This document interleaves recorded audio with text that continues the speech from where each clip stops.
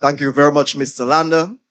Showers of blessing, as they say, just a passing cloud. It'll be over soon.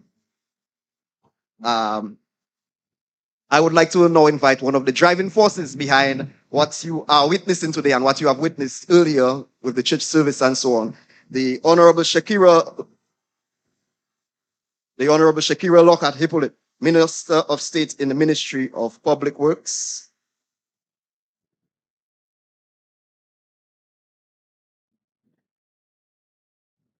Public Utilities and Digital Economy, with specific responsibility for public utilities, telecoms and broadcasting, and of course the parliamentary representative for the Roseau South constituency. Let's welcome her.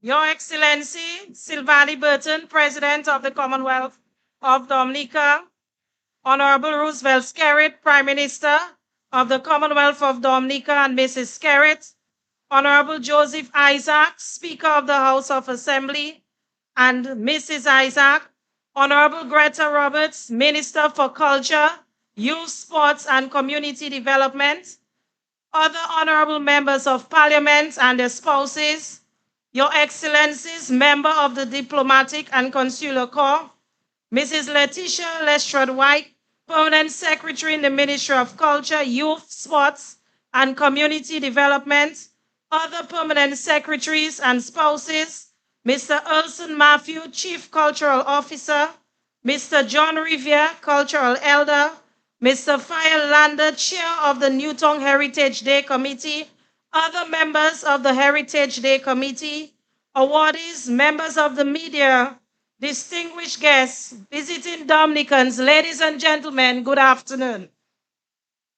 We hear the name of John Riviere, our esteemed cultural elder, a true was in Charlottesville, a proud recipient of the highest award for culture in Dominica, the Golden Drum Award, and also rewarded by the state for his unwavering contribution to national cultural development. John is multi-gifted. He is, however, well known for costume designs and masquerading. He has to be considered to be an artistic guru beyond comparison. The likes of Thunderbirds and Carnival Corner can attest to his brilliance. His work has captured several Band of the Year awards. The Newtown Savannah, on which we gather, is not only a UNESCO World Heritage Savannah, but a sacred ground. It is the cradle of Dominica's resilience, resistance, creativity, and national pride. Heritage Day is not merely a celebration of the past. It is a recognition of the living legacy of a people whose courage, skill, and devotion continue to shape the future of our nation. It is a day to honor those who come before us, to reflect on their sacrifices, and to commit ourselves to carrying forward their legacy of courage, service, hard, clean work, patriotism, and innovation. The story of this iconic Harlem community of Charlottesville, Newtown, along Victoria Street and its environs is written in courage, defiance, and resilience. Let us remember that bloodline flows through the veins of these freedom fighters. The Newtown Fishing Cooperative under Elwin Jules, Tyrone Dyer, was the first in Dominica to own a modern fishing trawler. It was a period when fish was king. The Newtown shoreline was heavily populated with fishing boats. Fishing was more than an occupation, it was a way of life of our people. Today, their legacy continues, reminding us that the courage of our ancestors extends beyond rebellion. It thrives in daily work and sustaining families and communities. Ladies and gentlemen, the landscape of our heritage of this Harlem community is fascinating, dramatic, progressively rebellious and powerful, from to the United Kingdom. We cannot forget the pioneering work of Miss Ursula Mababa, Dominic of Reliance Dress Shop fame. Her famous establishment manufactured school uniforms for so many. Harlem has produced some of Dominica's most distinguished legal minds, led by two highly acclaimed legal luminaries, in Honorable Justice Davidson Baptist, Fellow of the OECS Judicial Education Institute, and former Acting Chief Justice of the OECS Supreme Court, and Honorable Justice Albert Matthew, Eastern Caribbean Court of Appeal. We can also speak to Attorney Emma Grell, one of Dominica's earliest female law graduates from the Faculty of Law. Education in Harlem has always been a major pillar of our community. Teachers and headmasters, such as pioneering educators, Miss Alfreda Georges, Jerry Coppell, Sonia Williams, and Anita Williams. The Rosa Boys School on Newtown Infant School were once housed here in Newtown, 1784 UNESCO World Heritage Building. It produced not only scholars, but skills tradesmen. My dear listeners, Heritage Day is also about our sober reflection and accomplishment of our community. Dominicans, our entrepreneurs, sustain Dominica's post-independence economy. Egbert Charles, Macmillan John Baptist. It was our contractors who constructed the Fortune to Girondel Road, Convent Prep, Acme Garage, to name a few. Their work ethic and integrity set a template for youth to emulate. Culture is the soul of the Harlem community. Culture is our heartbeat. Newtown Lapo Cabwit, Band Mauve, traditional masquerade, the Lloyd Brothers, pageantry, Calypso, Thunderbirds, Bois Bois, Naked Feet, Friendship Crew. The great Harlem community also shines in pageantry, led by Queen Leandra Lander, Martha Augustus, just to name a few.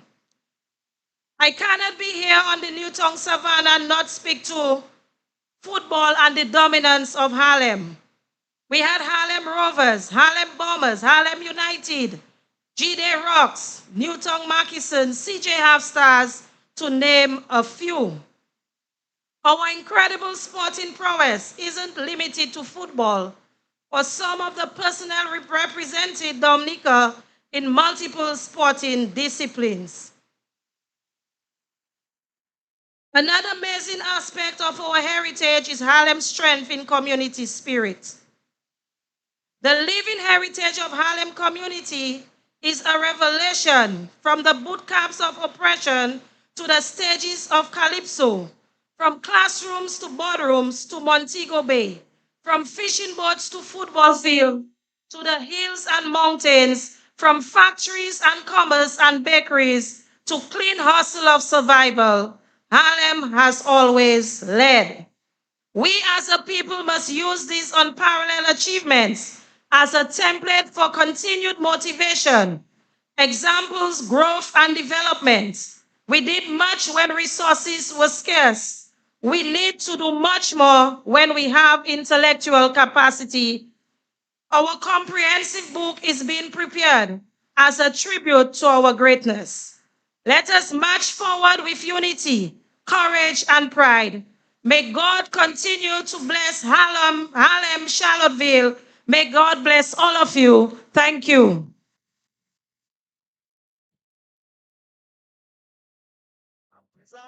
Thank you very much, Honorable Lockhart Hippolyte. I now call on Mr. Firelander to enlighten you as to some of the awards that are going to be given out today.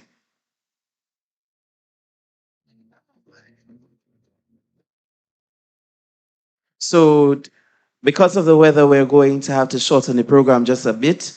However, we just want to mention officially here before everyone that in the decision-making process to select a cultural elder for 2025, we've recognized there have been a number of persons within the community who have in one way or the other contributed and would be within the rights of celebrated or being celebrated as the cultural elder.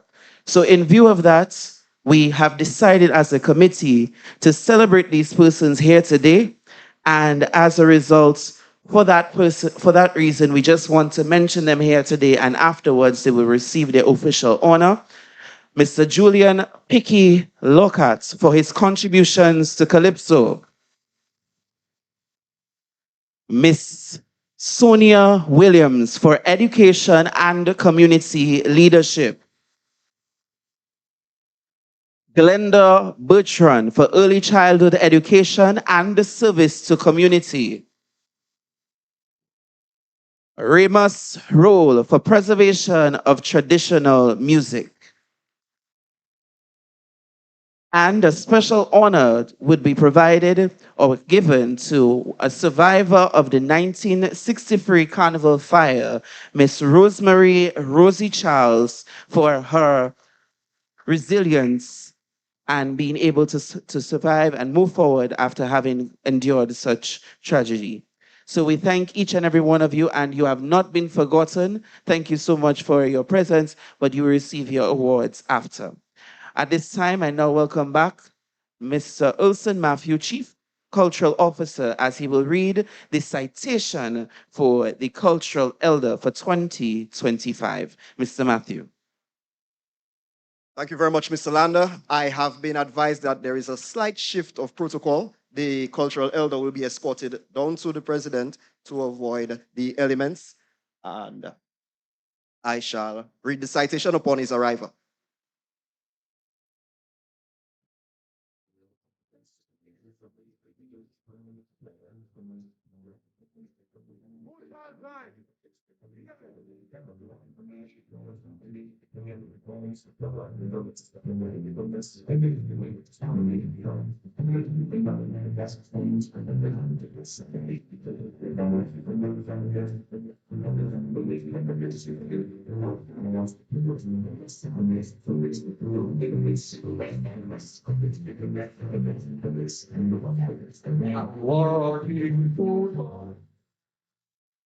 Born in Louviers on August 19th, 1952, and raised in Newtown, Mr. John Rivier's lifelong devotion to Dominica's cultural traditions began in the classrooms of the Roseau Boys School and the excitement of Carnival 1965, where he conceptualized the Moby Dick papier-mâché band.